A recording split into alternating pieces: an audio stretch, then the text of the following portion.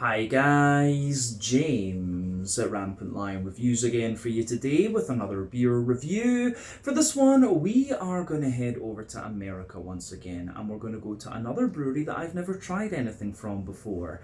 Now, these guys are another relatively new addition to the local beer scene, but they've built up a very good reputation for themselves over the last few years, and they're also from a state that I haven't covered all that much on the channel. I think it's only been 5 or 6 reviews from this state over the years, covering maybe 2 or 3 different breweries, and the only reason for that is that it's quite difficult to come across beers from this state in Europe and of course here in Asia now as well.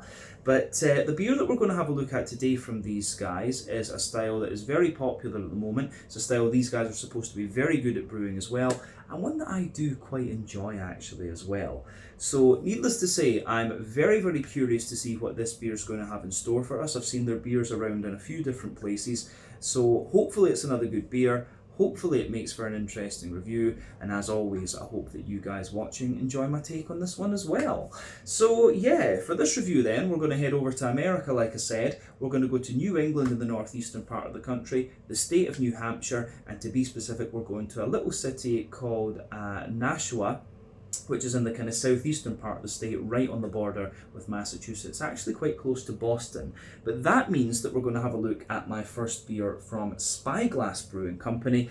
This one is called Turing Machine. It comes in at 10% ABV. It's a New England Hazy, Imperial Triple, whatever you want to call it, IPA. And we should point out as well that this one is the triple dry hopped Citra version, because I think there are 1 or 2 different versions of this beer, and they'll probably play with this going forward. But yeah, this is another beer that I picked up at Gur Beer in the One Mall in Chimshatchui in Kowloon here in Hong Kong. And yeah, I just picked this one up because I like the name of it, the Turing Machine, the predecessor of computers and things like that. You know, Alan Turing, the guy who cracked the Enigma code. So that was the main reason behind choosing this particular beer. But Spyglass Brewing is a brewery that I've seen around in 1 or 2 places. I saw them back in Sweden as well, and in Denmark. But yeah, came across one of their beers here for a good price in Hong Kong, and I thought, why not? Let's actually do a review of this brewery, because I've heard that they are very good. But yeah, a New England Triple IPA, single hop with Citra, you can't really go wrong with that. And as I say, I've heard good things about the quality of this brewery's beer. So let's crack on then and see what this beer is going to have in store for us. So, as always with my reviews, I'll tell you a little bit about the brewery before we taste the beer. If you want to get straight to the tasting though, just fast forward. All the usual links can be found in the video description below. That's the brewery website, the link to my future reviews that hopefully I can do from Spyglass Brewing Company. Very first time I'm trying one of their beers, as I mentioned, but there's all the usual social media down there. If you want to see more reviews, do please consider subscribing to the channel. The support that you give is massively appreciated, and remember, you can go into the channel homepage and search for beer using the geography tagging system. So just go in there, use the little search bar, put in your hometown, state, county, province, whatever you like. If I've reviewed beers from the area that you search for, they will pop up. Failing that, you can check out the playlist of beers from different countries. You can find this one in the American playlist along with a number of other things, and that will be getting added to quite regularly over the next little while, because we do get a very good selection of American beers here in Hong Kong. And yeah, check out the playlist of beers from other countries as well, because there are some very interesting things on the channel these days. But yeah, let's go on to my brewery notes then, and I'll tell you a wee bit about Spyglass Brewing Company for the first time. I just noticed that that light is a little bit bright as well, so let's just take that down a notch. That's nicer for the video. But yeah, on to my notes then to tell you a wee bit about Spyglass Brewing Company then. So, Spyglass Brewing, as I've mentioned to you already, are based in Nashua in New Hampshire, which is in the southeastern part of the state, right on the border with Massachusetts, and it looks as if this place is only maybe an hour or so to the northwest of Boston. But the company was founded back in 2018, and the 4 men behind the brewery are John Wagner, Joe Kidder, Jonas Johansson, and A.V. Subramaniam, if I've pronounced that correctly. Probably not. But yeah, they all have a background in IT. They worked in the industry for many years, and I think they met each other through you know, working at the same company and working for different companies and things like this. So yeah, background in IT, of course. But these guys were apparently really into the New England Hazy IPA scene, and they used to travel together to the different breweries around the region And yeah, they got a little bit miffed after a wee while, from what I understand. They were a bit frustrated that they couldn't find these beers in their home state of New Hampshire so easily. So John was also a home brewer, and his kind of dabbling in home brewing prompted the group to look at opening up their own brewery so they could satisfy this thirst that they had for locally brewed New England IPAs. So together they opened up a small 45-seat space in Townsend West in Nashua, which is in the kind of northern part of the city, very close to the airport. But they soon built up a very good reputation for themselves, and over the years they had to expand the capacity at this first brewery 3 times, but it proved to just not be enough, and so they had to move. In 2022 they moved their production to a larger space on Innovative Way in the south of the city. They've got an on-site tap room and restaurant there with 300 seats, and this opened in early 2023. And I think around this time as well, I couldn't find the exact date, they added Isaac Boucher to the team. He was brought on as the production manager and head brewer, and they've been continuing to develop new recipes and expand their sales over the last few years. But I've certainly seen Spyglass Brewing's beer in Sweden. I've seen it in Denmark. I'm not sure if it made it to the motherland of Scotland actually, but this is the first time I've seen their stuff in Hong Kong here, but I think I saw it in Japan as well when I was over there quite recently. So they are starting to build up their sales and get their beer exported a little bit more, which is great to see. And yeah, I've heard very, very good things about their stuff. So it's about time that I actually get round to having a look at one of their beers and seeing what I think. But yeah, as of August 2024, when I'm filming this review for you, these guys have produced 265 different kinds of beer according to Untappd, and that's all I can really tell you about this brewery for the moment. So yeah, the tap room looked really nice when I had a little look at pictures on the internet, so maybe we can go there at some stage and do an out and about video. I think that could be really, really interesting. But yeah, let's leave it at that for the history section. If you want to learn more about the brewery, you can of course check out the brewery website. You can follow them on Facebook and Instagram to keep up to date with all the latest goings on, and you can check out the Rate Beer, Untappd and Beer Advocate pages to learn a wee bit more about all the different beers that these guys have done. So yeah, let's go on and actually have a little look at this beer itself. I'm really curious about this. So as you can see, this one is a 473 milliliter can, 1 American pint. You can see it's got the kind of circuit boards and things there on the artwork, which I think is really nice. But you can see at the top of the can there is the Spyglass Brewing Company symbol there. The light isn't that good at this point. Is that going to change it? Nah. But yeah, you can see the Spyglass Brewing Company there. It's quite nice. Plain silver top on the can, of course, as well. But like I said earlier, this one comes in at 10% ABV. It's a New England Hazy, Imperial Triple, whatever you want to call it, IPA. And this beer does have quite a good rating on Untappd, actually. You should always take your Untappd ratings with a bit of a pinch of salt, right enough. But yeah, usually it's a fairly good indicator of how good your beer is going to be. Doesn't have a canned on date, this one, but knowing the importers here in Hong Kong, it probably will be pretty damn fresh anyway. But yeah, this is the Turing Machine Triple Dry Hop Citra Edition, 10% ABV, New England Hazy, Imperial Triple, whatever you want to call it, IPA. Let's get it out into the glass and see what we have. I'm very, very curious about this one, so let's do it.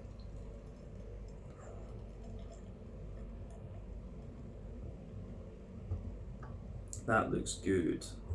That does look very nice. So I think we can leave it at that for the moment. I think we've got maybe about 3/4 of the beer out into the glass at the moment. So yeah, that looks nice. So you can see with that, the beer's poured with about 1.5 fingers of a kind of, I would say, creamy coloured head there. You can see some medium-sized bubbles on the surface of the liquid and a few bumpier ones going further up toward the top of the head there. But overall, it looks pretty damn nice actually.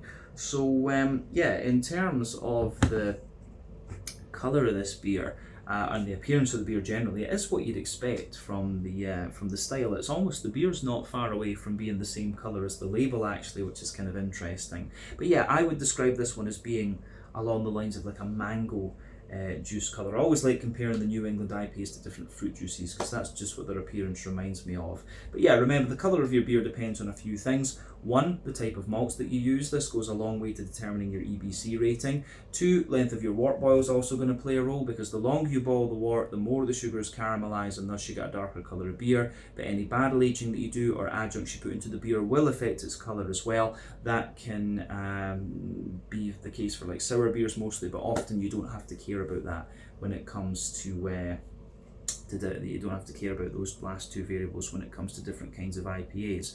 But the level of haze in this one, for a 10% triple IPA, it's not the soupiest and gloopiest of New England IPAs that I've come across, but remember the level of haze in these beers depends on oak content, wheat content, and to a degree what yeast you use. That can vary from brewery to brewery and beer to beer, in honesty. So yeah, it's interesting looking one. This, it actually reminds me a wee bit of the appearance reminds me a wee bit more of the Alchemist beers or the Lawson's Finest liquid ones, as I say, not the soupiest and gloopiest of New England IPAs, but not too much in the way of visible carbonation with this one. One or two big bubbles sticking toward the side of the glass there, and a few little ones just going up toward the bottom of the head. But yeah, all in all, it looks really quite nice, this one, and pretty much what you would expect from this style in terms of appearance. So yeah, I don't think we need to say much more about that. We can go on and have a little look at the aroma then, and I have to say I'm very curious about this beer in that regard. So, oh yeah, this one smells of Skittles. There's one of the yeasts that's very commonly used in this particular style. I don't know what one it is, but it just gives you this aroma that's very much like Skittles. Yeah, aroma wise, this beer's pretty nice actually. I think it goes together very, very well. So on the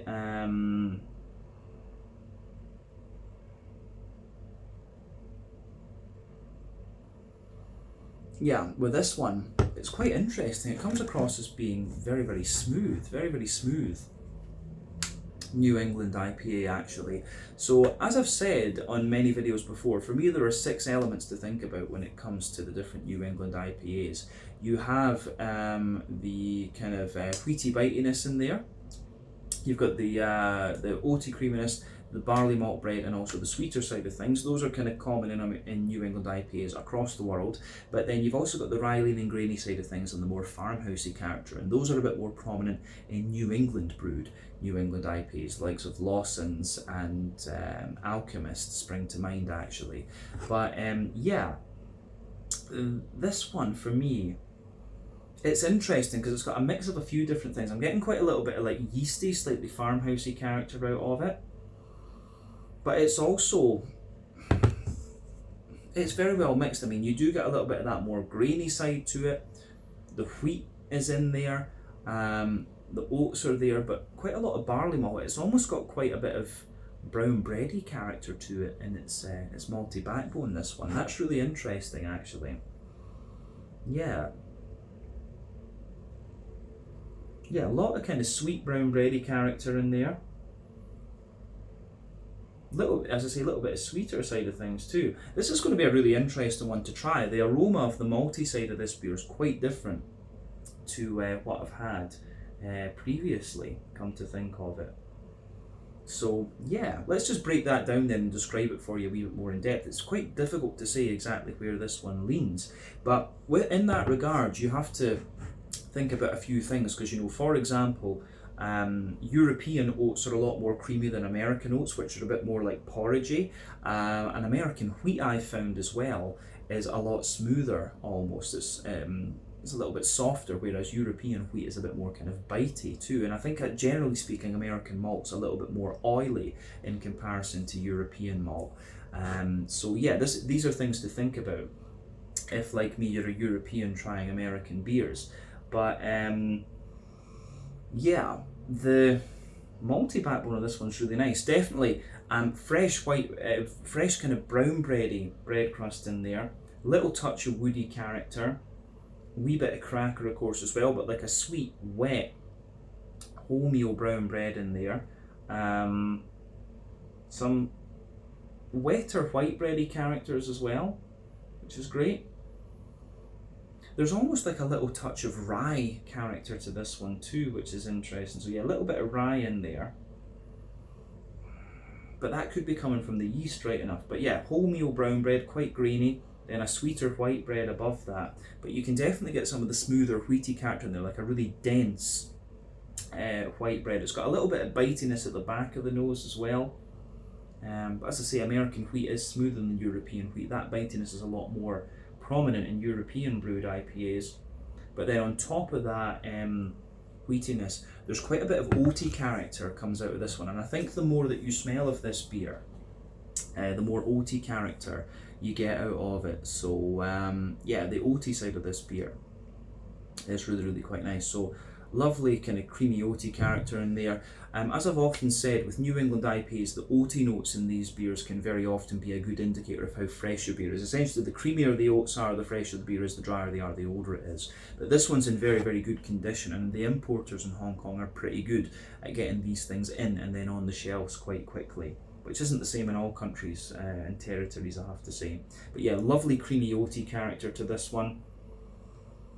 And then on top of that, there's a little touch of sweetness to this one, you know, a little bit of that kind of Werther's Original butter candy type note, but I would say very, very minimal, actually. This is not the sweetest of New England IPAs, and you know, you usually will get a little bit of sweetness out of these particular beers at the higher ABV notes. You will get a little bit of that just to cover the alcohol, of course. But the malty side of this one's quite interesting. It's nice, but it's a little bit different compared to what I've had before. A bit more brown bready and almost slightly rye-ish. The yeasty notes on the back of the nose, again, more kind of wholemeal brown bready, a little bit crackery, a little bit woody, of course. But yeah, the aroma that comes out of this one, I think, is very, very nice.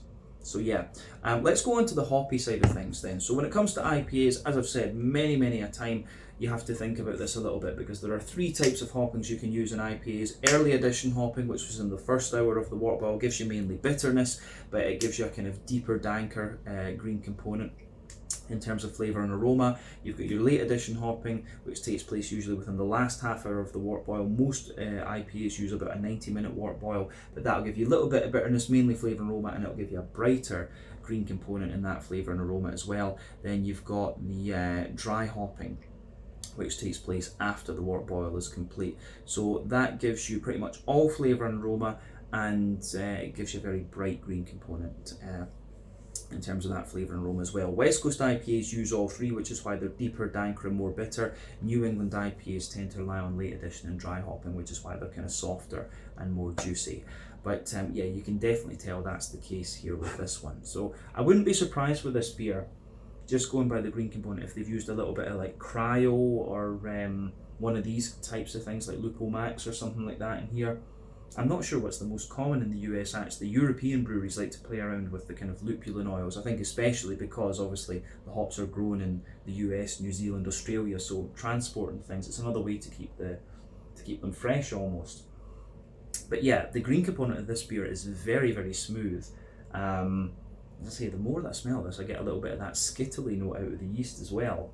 But yeah, Citra is a hop we know very, very well, one of the classic American high alpha acid hops, 14% alpha acid. Alpha acid, of course, is what determines kind of how bitter your hop is going to be, and then the beta acids are more to do with the flavours and aromas. But Citra is known for its kind of big mango qualities. It can sometimes give you a little bit of grapefruity character, it can give you a little bit of like lychee and gooseberry, and also a bit of lemon lime. But yeah, most likely to be the lemon limey and the mangoey side that comes out in a New England IPA.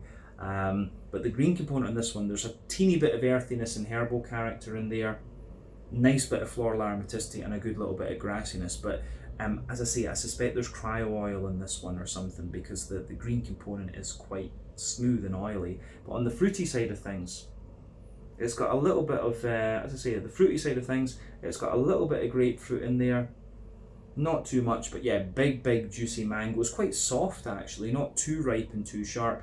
Apricot, a little bit of pineapple, of course. Then there's a little bit of like yeah, a little bit of apricot as well for sure. Pineapple apricots. And there's a little touch of lemony limey character, but all in all, not too much. I think this is one of these beers where the fruity side of the beer is actually quite muted, but we'll get more of it into the actual flavour of the beer. It comes across as if it's going to be very kind of creamy and quite juicy, to be honest with you.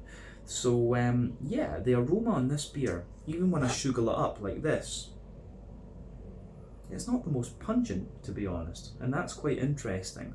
But yeah, I think we've said everything we can about the aroma for the moment there. So yeah, let's just leave it at that and have a taste of the beer. So this one is the Turing Machine Triple Dry Hop Citra Edition, 10% New England Hazy, Imperial Triple, whatever you want to call it, IPA, from Spyglass Brewing Company in New Hampshire over in the US. Let's get stuck into this one. Slàinte, skål, and cheers.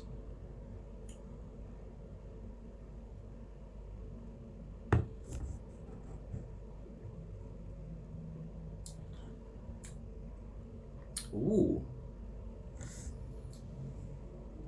I'm going to say that is really quite nice, and in honesty, it's ridiculously drinkable for a big 10% New England triple. I don't think I've ever come across one that is quite as light and drinkable as that. That drinks as easily as some of the kind of single IPAs and New England Pale Ales that I've come across, actually. That's crazy. Yeah, but it is a good beer. It's nice. Very smooth, and like I was suspecting, quite barley malty and oaty leaning. And this one, it shows a lot of what I've kind of noticed in the last year or so is true of American New England IPAs, just the malty side of things. You know, the bready character is just a little bit kind of more oily and sweet, and the oaty side of things is a bit more porridgey. You can get all of that in this beer quite readily, but yeah, this is good actually. So thumbs up to Spyglass Brewing Company. If all their beers are like this, I can see why they're quite popular. But this is very, very easy to drink for a 10% New England triple. It's a bit crazy, to be honest.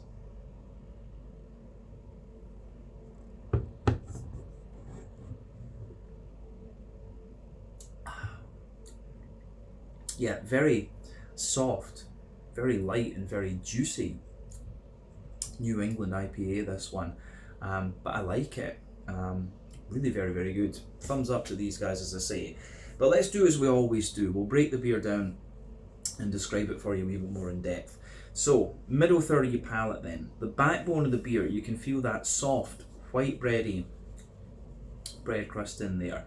As you move further forward, you've got that nice little bit of kind of woody character coming out there. Then you've got a wee bit of a kind of Jacob's cream crackery note to the beer. So yeah, bread crust, wood, Jacob's cream cracker. That is your backbone. The beer does show you a little touch of graininess into the aftertaste, but like I said, it's a very smooth and kind of easy drinking one. This actually, so I really do like that. But yeah, above the cracker, you've got that nice little bit of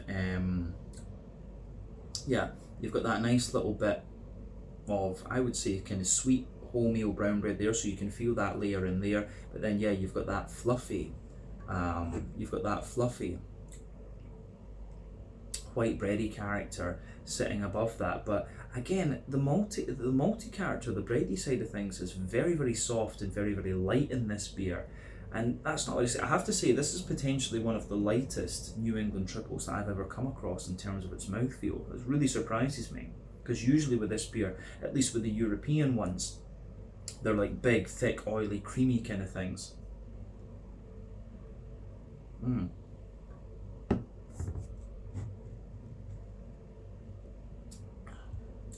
Yeah, it's more of an oily kind of slick New England IPA this rather than anything. So yeah, you've got those bready characters I talked about. You've got the brown bready layer, then the white bready layer. On top of that, you can detect a little bit of a wheaty character in this one. As I said earlier, the American wheat is a little bit smoother, I think, than the European wheat. So you do get another layer above the white bread that's like a more dense, wheaty white bread. And then above that, you've got a more oily, kind of creamy sort of thing coming out of this one. So yeah, you've got the more dense, smooth, wheaty character coming out of the beer, then that oily, creamy kind of thing, and then down the middle third of your palate, you can feel the kind of creamy, oaty character in there, and as you spread out toward the edges of your palate, it does get a little bit kind of, it does get a little bit drier, I would say. So yeah, the way that goes together, the way that the oaty side of this beer goes together is quite nice. The oats, as I say, are very kind of smooth and very kind of porridgey. And the other thing that's interesting about this beer is that it doesn't have so much of a sweetness to it. Like in the dead centre of your palate, you can detect a little circle there, and it has a little bit of that like Werther's Original butter candy, butterscotchy sort of thing. So yeah, it's not. There's maybe a little bit of biscuit above the oaty layer in the malty side of things too, but yeah, there's not really that much else kind of going on in the malt base. It's kind of straightforward, this beer, but as I say, the thing that really surprises me about this one when it's a New England triple is just how light it is actually. Very smooth, very slick, and only very slightly creamy beer, this one. So yeah, I think we've said everything we need to about the middle third of your palate in this beer. So let's go to the back third of your palate. As I've often said, the back third of your palate will give you very similar flavours to the middle third of your palate, just at different intensities. But do remember, sweeter flavours come out further forward on the palate, more dry and bitter flavours come out further back. So yeah, the border region between middle and back third of your palate, you get that little bit of bready build up in there. You've got the brown bread in the base, the white bready character in the middle, then the more kind of wheaty note above that. But the base of the back third of your palate, you get the bread crusty character in there, which was a little bit more kind of grainy and dry. You've got the Jacob's cream cracker above that. The wholemeal brown bready character is in there, which was a little bit lighter, taller, and more airy, a little touch drier as well. Then you've got the white bready barley malt kind of character in there, which again is a little bit lighter, taller, airy, and slightly drier. Then you can feel the wheaty notes just kind of creeping on top of that, and the wheat has a little bit more density to it, I would say.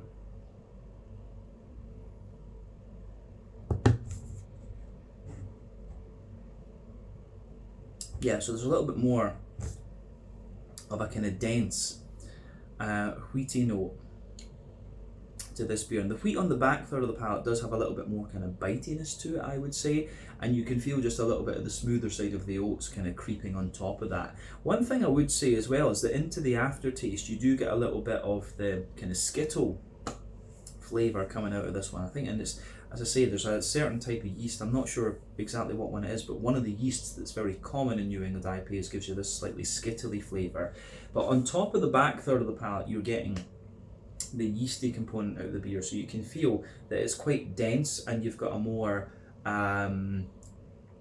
you can feel it's quite dense, and you've got a more oily, sweet, brown bready character at the heart of that. Then round the edge it's a little bit more kind of airy and white bready, I would say, which is good. So yeah, you've got that more airy, white bready character to it, and then the very edge of the yeasty character is a little bit more kind of bread crusty. So definitely, yeah, you can feel that the back third of your palate, the flavour is taller. Then as you move further forward into the middle third of your tongue, it kind of condenses down and squashes together that little bit more. So yeah, the malty and yeasty side of this beer is quite interesting. But let's go on to the hoppy side of things then. But like I say, the malt base is the kind of focus for me in this one, because it's quite different to what I've had before. So yeah, hoppy side of things, again, the green component is very, very smooth in this one. There's a little bit of earthy character in there. As you move further forward, it's a little touch herbal, and as you push further forward from that, you've got some nice floral aromaticity in there. But round the front curve of your tongue, it's a little bit lighter and more grassy and things like that. But yeah, very, very, very smooth, this one. So there's got to be some cryo oil or Lupo Max or something like that has been used in this beer, just because of how smooth that green component is. But let's look at the front third of your palate then, and the fruity side of things. So border region between front third and middle third of your palate, again you get that little bit of bready build up in there. Wholemeal brown bread, a little bit of white bread, and then the the kind of more of a kind of wheaty character in there, but the base of that front third of your palate, you've got some nice kind of white bready bread crust, a little bit of Jacob's cream cracker on top of that brown bread, the white bread from the barley malt, then the smoother wheaty notes, and a bit of the oaty, more oaty smoothness there. Then above that, you've got that nice oily bubble where the juicy fruity esters just roll their way out of the beer. So let's have a wee look at that one.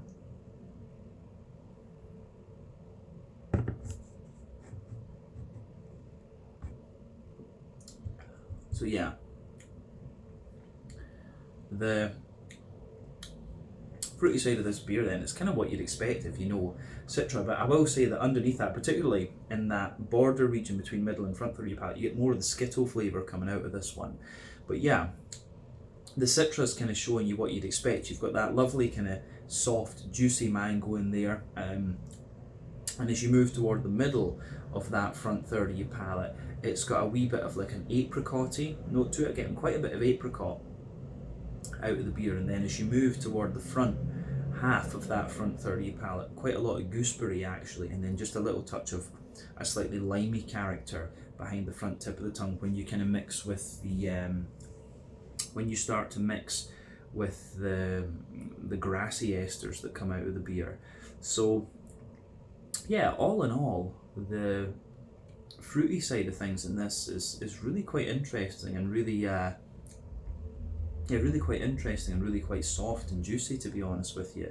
I like this beer, but I'm just surprised at how drinkable and how easy it is, because you would expect something that's a little bit, you know, more sipperable at this this strength, to be honest with you, because a 10% triple IPA is a bit of a, it should be a beer that's a little bit of a challenge almost to drink in a way. And I get, you know, I tend to get the stronger ones from the American breweries because it's just a bang for your buck thing. Very often here in Hong Kong, the triple IPA costs the same as the double IPA, for example. It's not like in the US and Europe where there's quite a distinctive price difference, to be honest. So yeah, that surprises me with this one. The lightness of the mouthfeel makes me think that maybe there's a wee bit of adjunct sugar or something like that in here to take the ABV up, because it is very, very light in its mouthfeel. Either that or it's, you know, not a very oaty and wheat leaning recipe. It might be more barley malt that's been used in this one.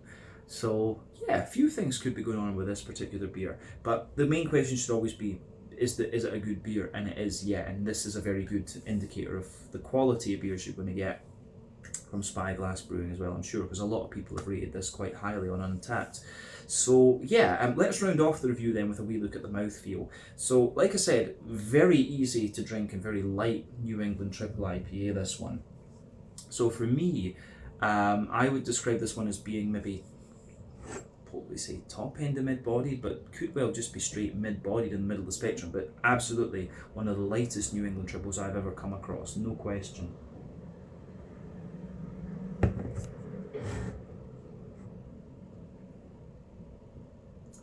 So yeah, no question about that.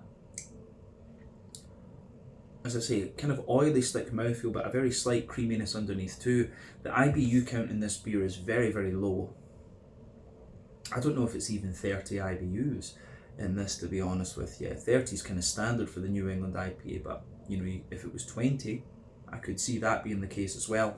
But the malt base, as we said, a little bit of graininess underneath, smoothness in the middle, and a lovely sweetness on top. Very slight sweetness out of this beer, to be honest. Soft, juicy, fruity characters in there. Obviously some cryo oil going on.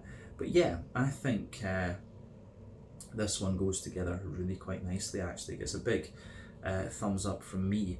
So yeah, really, yeah, like I say, really interesting beer for me, this one, and quite different to what I've had in terms of New England triple IPAs recently. So I'll maybe need to try something else from Spyglass and see if it turns out the same, or whether it's you know, and see whether this very soft and very light mouthfeel is their trademark, or whether it's just this particular beer.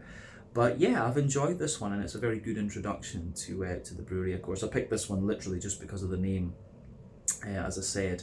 But yeah, I think we can leave it at that for this one. This was the Turing Machine triple dry hop Citra version, a 10% New England Hazy Imperial Triple IPA from Spyglass Brewing Company in Nashua in New Hampshire over in the US. Very light, very drinkable beer. One of the most light and drinkable New England troubles I've come across. So yeah, thank you for watching my reviews. Until the next time, please like, subscribe, share, all the usual YouTube stuff. Let me know your own thoughts on this beer in the comment section below. Let me know what your favourite beers are from Spyglass Brewing as well. Do give me some other New Hampshire brewery recommendations, because I only really know like Smutty Nose and these guys now as well. Those are probably the easiest ones for me to come across, so any recommendations would be well welcomed. But until the next time, check out my social media, check out their social media, and I'll see you guys again very, very shortly. Slàinte, skål, and cheers.